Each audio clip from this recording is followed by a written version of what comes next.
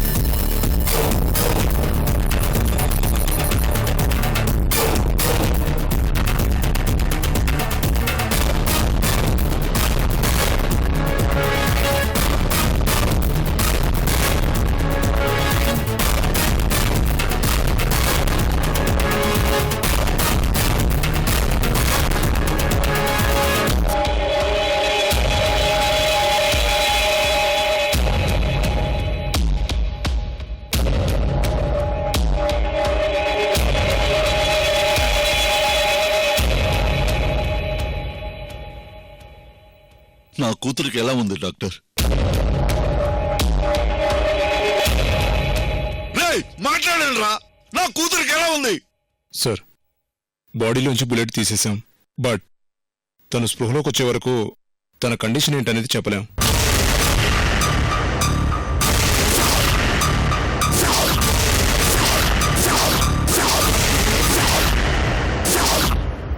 మీ వల్ల అవుతుందా కాదా? నా కూతుర్ని బతికించే డాక్టర్లు ఇండియాలో లేకపోతే ప్రపంచంలో ఎక్కడి నుంచైనా రప్పిస్తా. నా కూతురు బతకాలరా, చెప్పండిరా, మీ వల్ల అవుతుందా కాదా? Uncle please.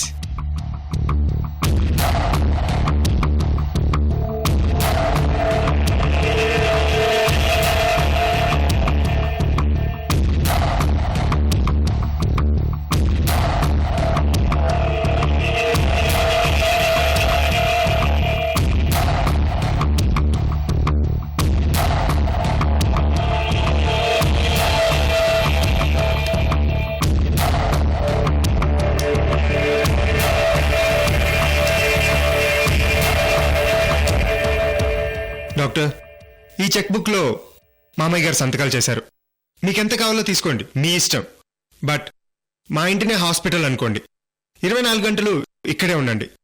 సూపర్ స్పెషాలిటీ హాస్పిటల్లో ఏ ఫెసిలిటీస్ ఉంటాయో అవన్నీ ఇంట్లోనే అరేంజ్ చేసుకోండి. మీరేం చేసినా ఫైనల్గా షీఈ్ ఆల్ రైట్ అనే చెప్పాలి.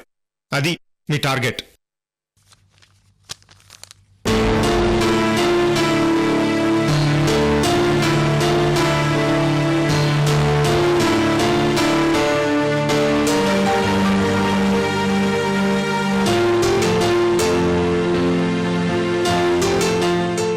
Doctor, I'm sorry. It's all right. మీ కూతురు ప్రాణాలు కాపాడే బాధ్యత మాది. రమణ సాల్వ గారు, యూ డోంట్ వరీ. నా కూతురు కాపాడండి డాక్టర్. కమాన్ డాక్టర్స్.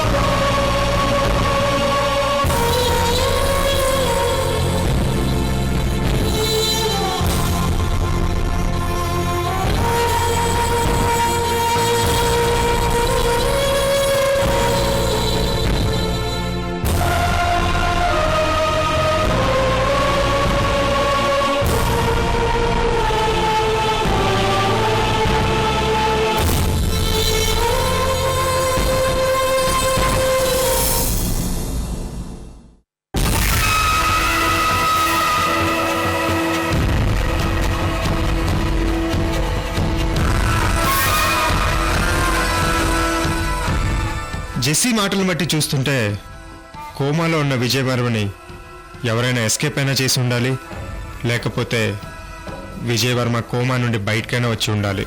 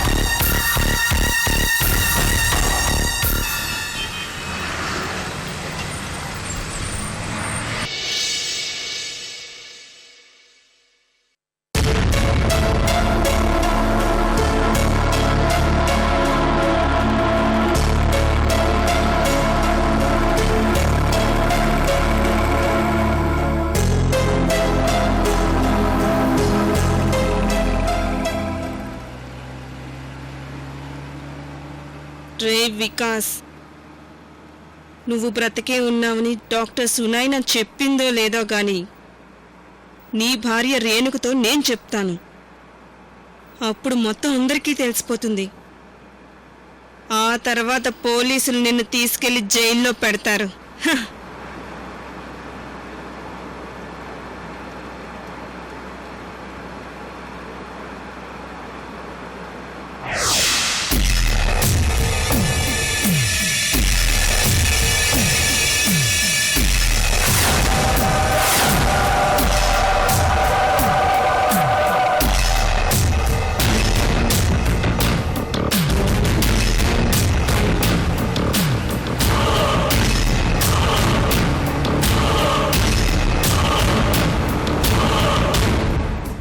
డ్రైవర్, కాస్త ఫాస్ట్గా పోనీ. మేడం, మీరు చెప్పిన అడ్రస్కి షార్ట్ కట్లో తీసుకెళ్తున్నాను. 10 నిమిషాల్లో మీ అడ్రస్ దగ్గర డ్రాప్ చేస్తాను. Okay okay.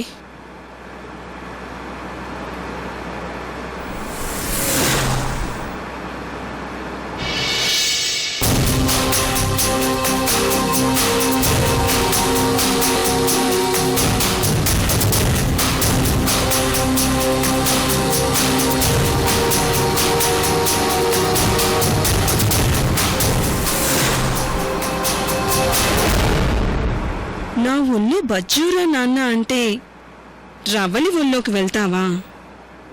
దాన్ని నీకు దక్కనివ్వలేదు. ఫైనల్గా ఇప్పుడు నువ్వు వెళ్ళేది జైలు ఒళ్ళోకేరా.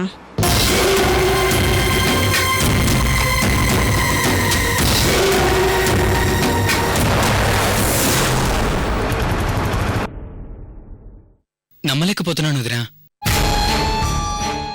ఆ రోజు కోయిదరు చెప్పాక చాలా డిస్టర్బ్ అయ్యాను చైతన్య. అందుకే ఢిల్లీకి వెళ్ళాను. అక్కడ కూడా సేమ్ డిస్టర్బెన్స్. నాకేం అర్థం కావడం లేదు. ఓ, వదినా, కోయిదోర్ మీద నీకున్న నమ్మకాన్ని నేను కాదండం లేదు. కానీ ప్రాక్టికల్గా ఆలోచిస్తే చనిపోయిన మనిషి ఎలా బతుకుతాడు? వికాస్ అస్థికలు కూడా శర్వాణి గారు తీసుకుని ఇంటికొచ్చారు. ఒకసారి గుర్తు చేసుకోండి. నిజమే చైతన్య, కానీ శర్వాణి కూడా వికాస్ తప్పించుకున్నాడని, యాక్సిడెంట్ లో చనిపోలేదని చెప్తోంది.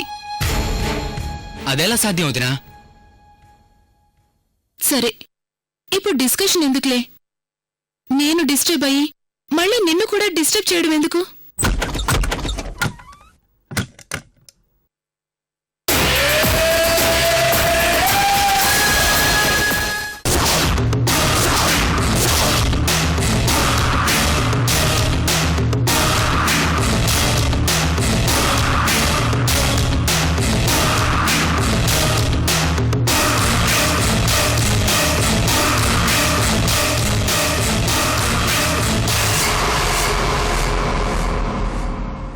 రేణుకా, జెస్సీ, నువ్వెక్కడా?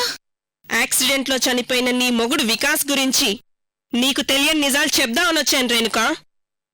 జెస్సీ, ఢిల్లీలో జరిగిన న్యూసెన్స్ సరిపోలేదా? మళ్ళీ హైదరాబాద్ కూడా వచ్చావా? ఏయ్, న్యూసెన్స్ కాదు, సెన్సేషనల్ న్యూస్ చెప్పడానికి వచ్చాను. విను.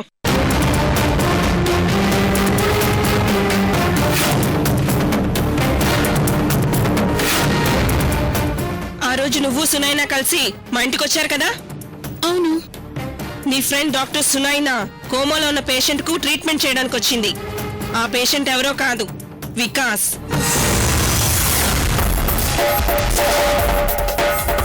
మరి ఆ రోజు సునైనాతో కలిసి వచ్చినప్పుడు నా భర్త వికాస్ కాదు ప్రకాష్ రాజ్ అని కోమాలో ఉన్న పేషెంట్ ని చూపించావు. అది అబద్ధం రేణుకా. ఆ రోజు కోమాలో ఉన్న పేషెంట్ గా చూపించింది మా సెక్యూరిటీని.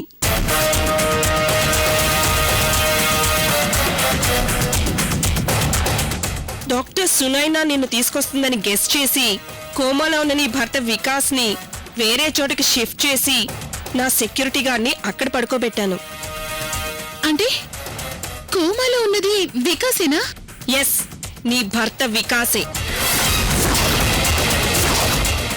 జెస్సీ, వికాస్ ని నువ్వు కావాలని కోరుకున్నావు. అతని భార్యగా నేనది సహించలేక అవమానించి కొట్టాను. అది మనసులో పెట్టుకుని నువ్వు కావాలని నన్ను ఏడిపించడం లేదు కదా? చీచి, నాకు అలాంటి ఉద్దేశమే లేదు. నువ్వు చేసిన అవమానాన్ని ఆ రోజే మర్చిపోయాను. ప్లీజ్ జెస్సీ, నిజమేంటో చెప్పు. రేణు, నేను ఫారెస్ట్ లో బర్డ్స్ వాషింగ్ వెళ్ళాను. అక్కడ ఒక గన్నీ బ్యాగ్ దొరికింది. కంఠం మీద కత్తిపోటు గాయంతో వికాస్ ని బ్యాగ్ లో పెట్టి అడవిలో పడేశారు. ప్రాణాలు పోలేదు, కాకపోతే కోమాలో ఉన్నాడు. వికాస్ కి ఉరిశిక్ష పడ్డ విషయం నాకు తెలుసు. పోలీస్ ఎస్కాట్స్ నుంచి పారిపోతూ యాక్సిడెంట్ లో చనిపోయాడని టీవీలో చూశాను. దాంతో షాక్ అయి హాస్పిటల్కి తీసుకెళ్లకుండా పర్సనల్ గా ఇంట్లోనే ట్రీట్మెంట్ చేయిస్తూ వచ్చాను.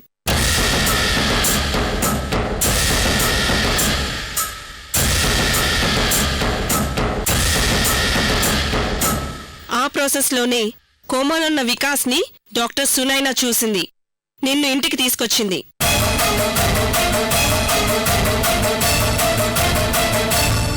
హా, అప్పుడే అయిపోలేదు. నీ భర్త కోమాలో బ్రతికే ఉన్నాడన్న షాక్ మాత్రమే చెప్పాను. నెక్స్ట్ చెప్తే గుండెలు ఆగిపోతాయి.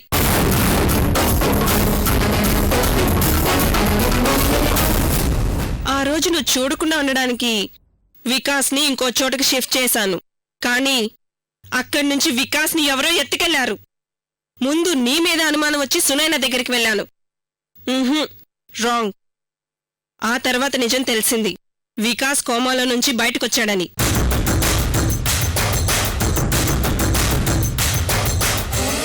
వికాస్ ని కష్టపడి కాపాడి కోమాలో నుంచి బయటికి తీసుకొచ్చేలా ప్రయత్నం చేసింది నేనైతే వాడేం చేశాడో తెలుసా? నా ఫ్రెండ్ రవలి అనే అమ్మాయితో ఎంగేజ్మెంట్ చేసుకొని అబ్రాడ్ చెక్కేసే ప్రయత్నాలు చేశాడు. ఆ విషయం తెలిసి డైరెక్ట్ గా వెళ్లి వికాస్ ని షూట్ చేశాను. మిస్ అయి రవలికి తగిలింది. చచ్చిందో బ్రతికిందో తెలీదు.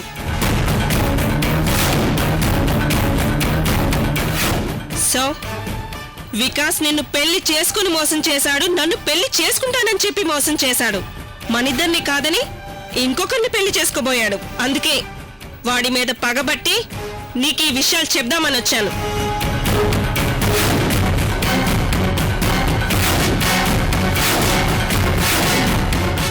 జెస్సీ గారు, మీరేం చెప్తున్నారో అసలు నమ్మలేకపోతున్నా.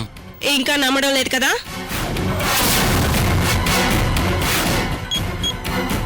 మీ వదిన నంబర్ చెప్పండి. 988.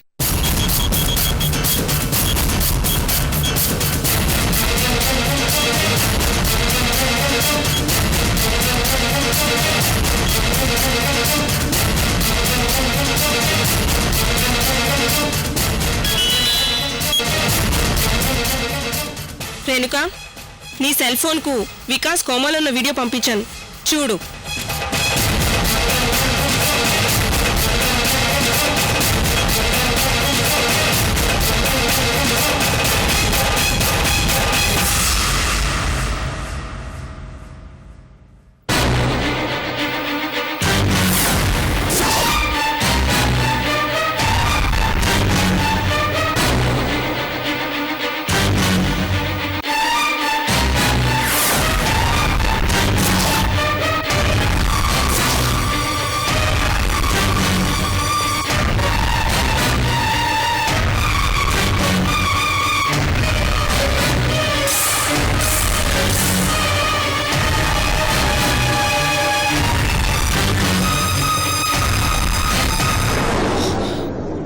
God, unbelievable.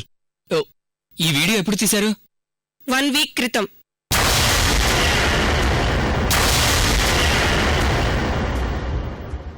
సో ఇంతటితో వికాస్ మీద నా పగ తీరింది. ఇప్పుడు నువ్వు పోలీసులకు చెప్తావో లేక వాణ్ణి చంపుతావో ఏం చేసుకుంటావో చేసుకో, నీ ఇష్టం. వాడు మాత్రం ప్రశాంతంగా ఉండకూడదు. Good bye Renuka.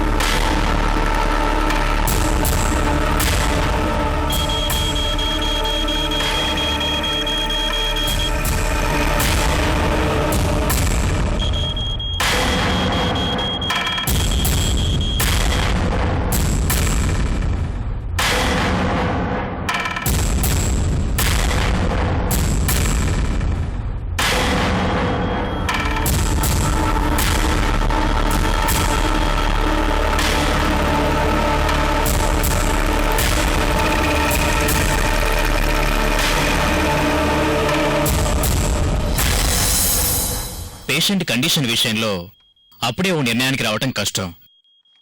ఇంకా కొంత టైం అబ్జర్వేషన్లో ఉంచాలి. Yes doctor, you're right. Doctor, yes mister Vijay Varma. నేను ఒకసారి మా డాడీతో మాట్లాడాలి. నో, ఈ కండిషన్లో మాట్లాడకూడదు. You need a complete rest. అర్జెంటుగా ఒక ఇంపార్టెంట్ విషయం మా డాడీకి చెప్పాలి. It's very very important. Please doctor, నాకేం కాదు. ఇట్స్ ఓకే, మాట్లాడు. Thanks doctor. It's all right. Sister, mask తీయండి.